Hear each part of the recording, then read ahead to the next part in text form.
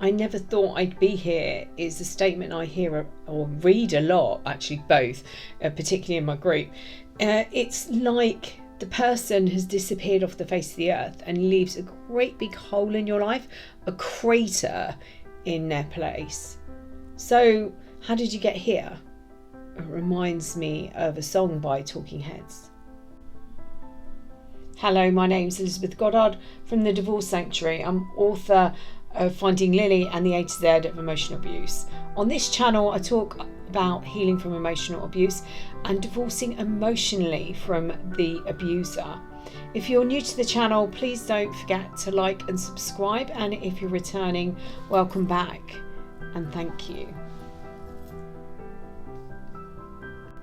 So how did you get here, this place you thought you would never be? One moment you're playing happy families and the next, poof, everything has changed. Your relationship was different and then they were gone. This didn't happen overnight, and it had in fact been happening for a long time. It was just you hadn't noticed as you were guided around the dance floor that you were being taken through the cycle of abuse on. And even bigger than understanding how you got here is understanding how you change all this. Jump off this merry-go-round, this crazy funfair ride, how you escape out of the house of horrors and create a new reality. And what happens if you don't get off the dance floor? Will you still then be dancing to the tune of the abuser? So in this video, I'm going to give you some tips to help you free yourself from this cycle. And two topics that I talk about a lot are cognitive dissonance and trauma bonding, because they are so very important. The cognitive dissonance makes you spiral and the trauma bond keeps you attached and trapped.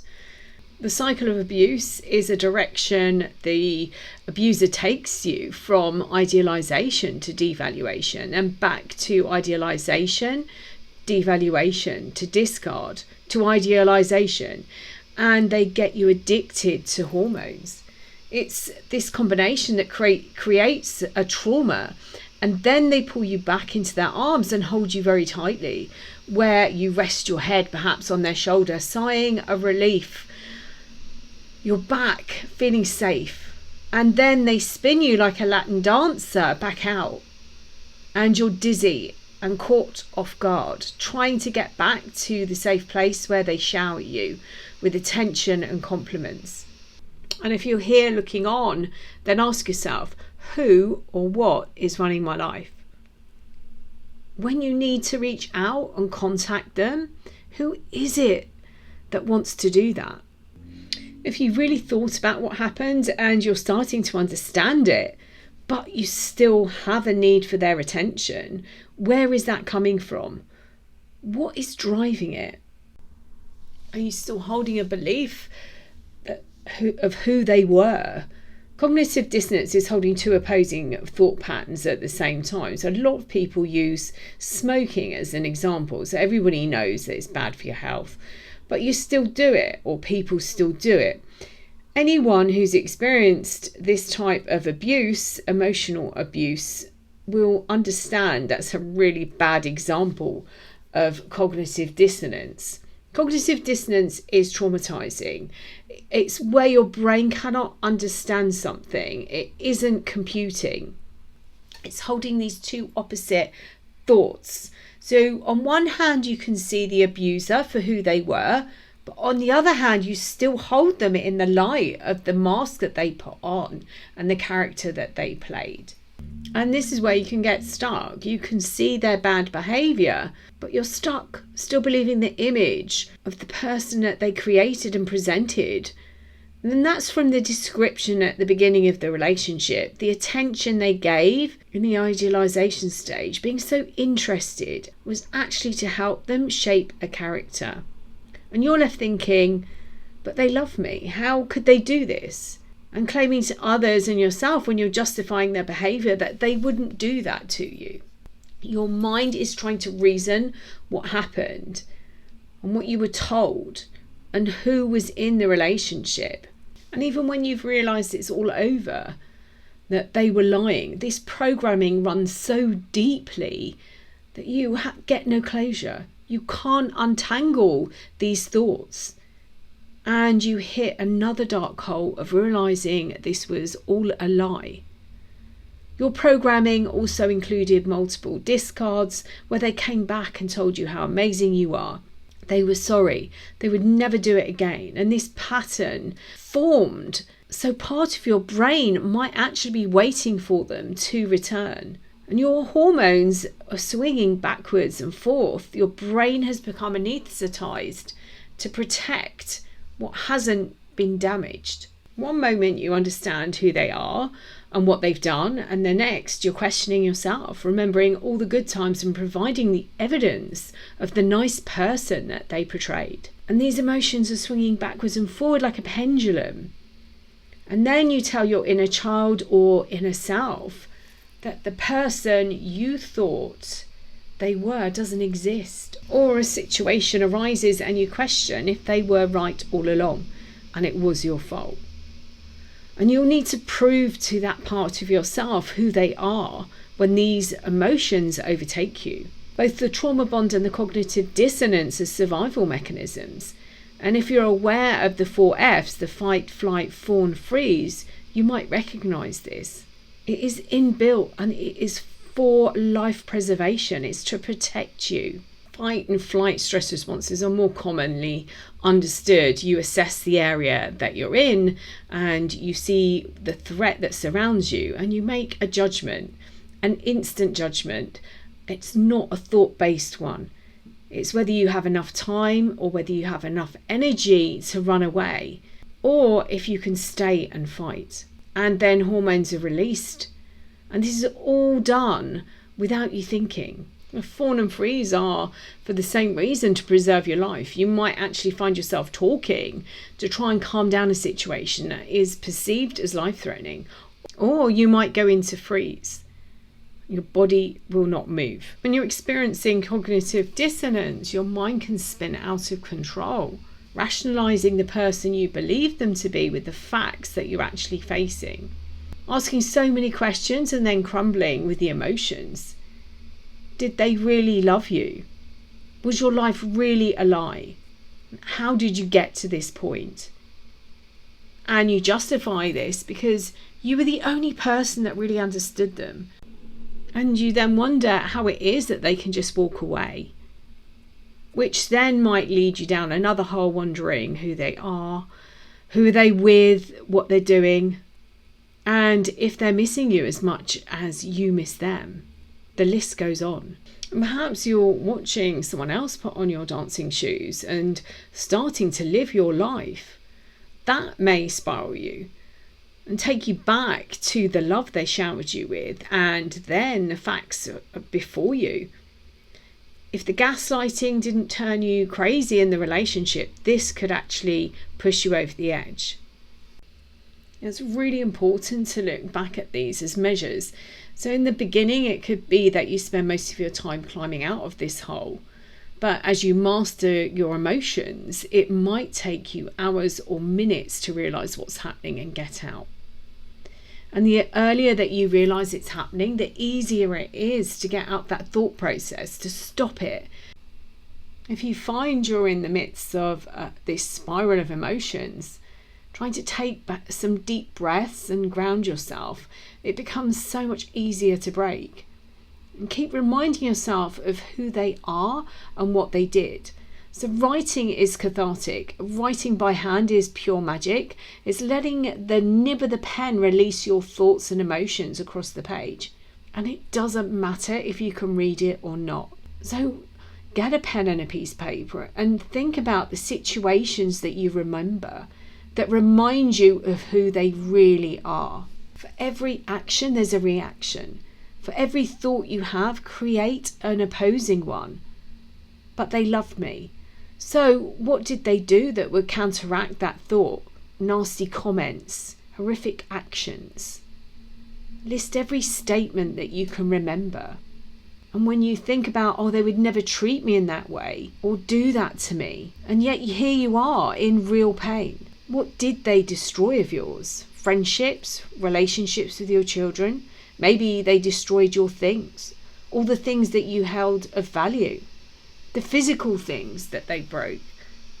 Or perhaps it was monetary, your credit rating, your ability to pay for things. They may have withheld money from you and you had to use your savings to buy food or pay the mortgage or rent. Perhaps they took out loans or lease agreements at your address or in your name. And think about what they've done to your mental health, to your physical health. And then you could ask, what have they done to you emotionally?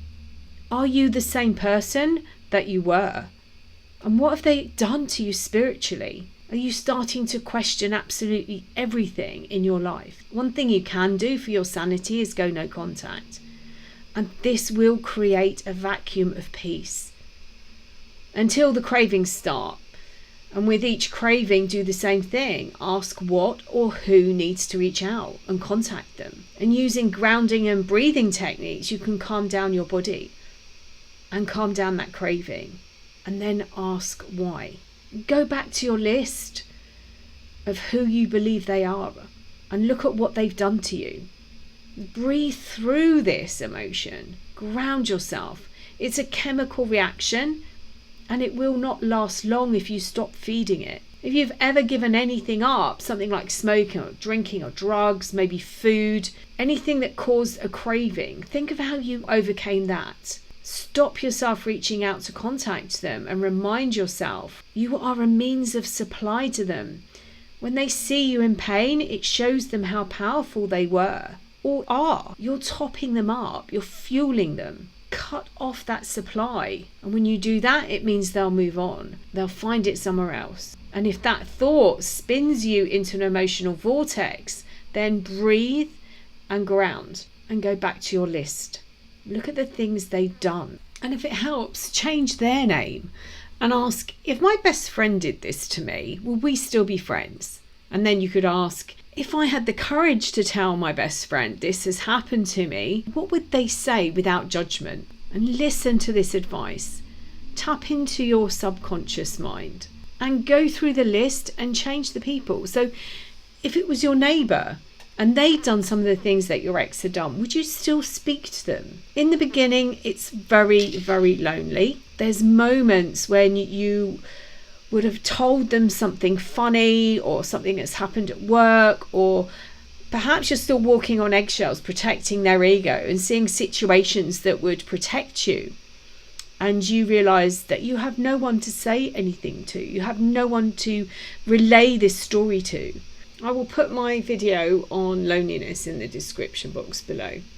If you're still in contact because of the children or for the divorce process, you might see glimpses of who they were or the person that they wanted you to believe they were. And you might experience cognitive dissonance again, wondering if you've got it all wrong. But keep going back to your list. Remember who they really are, the person behind the mask. The more you can do this, the calmer your body and your thoughts will become. And those two opposing thoughts catch up with each other and they don't clash. Or the moments are much less painful. Your breath is so powerful, and breathing whilst counting will also take the focus off the original thought, and it helps you become more present in your body. It is your responsibility to do something about this. Remember, the abuser actually wants to keep you trapped. Anyone you have a toxic relationship would like to keep you there.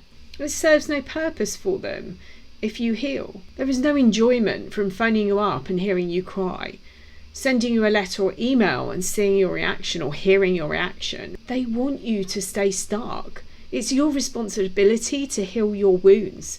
It isn't mine. It isn't the friend who keeps you trapped in this place because she or he are telling everybody that they are helping you. It isn't your co-workers or your doctors or your counsellors. You have the ultimate responsibility. And do not try to rush things. Keep it simple and focused. This doesn't have to have a life sentence. Don't get stuck. Breathe through these emotions and ground yourself. And let me tell you, you are not alone. You only have to recall the list of exes the abuser paraded in front of you to know this. The new supply will become the old supply, and they will be joining you. And there are possibly even more exes that you don't know about. Don't go looking for them though. Just use it as a reference. You are not alone. Don't let this relationship define you. Use some self-care. Create a safe space. A place that you can meditate or read or journal. A place that indicates to your body that it can relax. And you aren't looking over your shoulder or constantly on alert. You might then start to notice patterns, not just in romantic relationships, but they might be in your family, your friends, or at work. As you start to relax your body, you'll start to see your brain relax, and it won't react to situations or maybe words as it once did. But if the trauma bond is still there, you need to start untangling from those tendrils that are trapping you. Trauma bonding is another reason it's so hard to heal, as you had no idea this abuse was taking place. And it's the trauma bond that made it hard to enforce boundaries. And it's why it's so painful to stay away from them. Breaking the bond is hard, as is balancing the dissonance. It is looking at the wounds that you've been left with and healing them. It means tracking them back to the original wound. And some of these emotions are trapped trauma that we've experienced over and over again, and we will do until we remove them completely from our bodies. We need to get to the core of these issues, to the root cause, and much like a verruca, any tiny part of the root that's left will lie dormant, waiting to be triggered again. It's important to remember that people return to these relationships on average 7 to 8 times. So healing the original wound is crucial to moving forward and to experiencing healthy relationships. If you're wanting the abuser to reach out to you, or wanting to reach out to them to prove how well that you're doing without them, or perhaps you're posting on social media hoping that they'll see you living your best life. It might be that you can't see what they did as abusive. Maybe you've still got hope that there's a future with this abusive person, or you're still defending them or justifying their behaviour. Perhaps you're disguising your wounds and getting involved with other people's dramas as a distraction. All these things might indicate you're still in the trauma bond. You saw the red flags, but this relationship, like others you've experienced, was familiar to you. So when other people are asking you why you're putting up with it, you don't see it as anything wrong. You have on some level experienced this before, usually in childhood where the programming takes place. As a child, the love you received might have been conditional. So I'll put the links to my videos on scapegoating. So as you start to heal, you start to notice who you're attracting in your life, and you might notice who you're accepting and tolerating. Remember, you have control of who you let in and who you let stay. When you start breaking the trauma bond, you'll start to notice control and manipulation tactics, and you'll start to listen and to trust your guts. That's your second brain. So as they start to reveal themselves, you start to cut off ties, and you'll no longer foster people until they find their forever homes or want to heal others. You'll see their wounds, but you won't step forward. You will allow them to heal themselves. This is their journey. Breaking the trauma bond is stepping into your sovereign power. I will also put a link to that video in the description box below. So when you're understanding why and how cognitive dissonance and the trauma bond is keeping you trapped, you can start to take steps to free yourself. And if you don't understand or don't want to understand, there's a high chance you'll keep attracting these abusers in different forms. It might be at work, in friendships, or in other romantic relationships. This can be a confusing time. Your reality was turned upside down. It was turned on its head. And each time this happens, remember to breathe and remember to ground yourself. It's in your body that you can start to take control, and you can determine between fact and fiction, and you can transmute the pain into something constructive. You can start to ask, who's running this? What age do you feel this person is? Is it you now? Or is it you at the age of the relationship when it started? Or are the emotions of a younger person? And then you could ask, are they even yours? Have these emotions been given to you by somebody else? Healing from cognitive dissonance and breaking the trauma bonds is divorcing from the emotional abuser. It means that they no longer have control over you. Anytime you hear from them or about them, you feel absolutely nothing. At the end of the relationship, you might be in excruciating pain. The emotional pain feels like physical pain. Anyone who's never experienced this is never going to understand what that feels like. It's like trying to explain to a man what childbirth is like. Divorcing emotionally means that there is nothing left. That pain has gone. The need for them to text you or message you or contact you in any way has gone. The need to be back in that relationship because it feels safer is gone. You see the relationship and you see them for who they are. Instead of wondering how you got to this point, you're able to go out and buy your own dancing shoes and take to the floor for your solo. I hope you found this video useful. If you'd like to find out more ways of working with me, I'll put the links to my website below.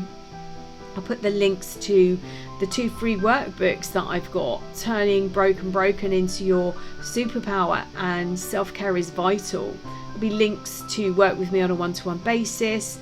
Also, how to buy my books, Finding Lily and The A to Z of Emotional Abuse will be there as well. This is a confusing time.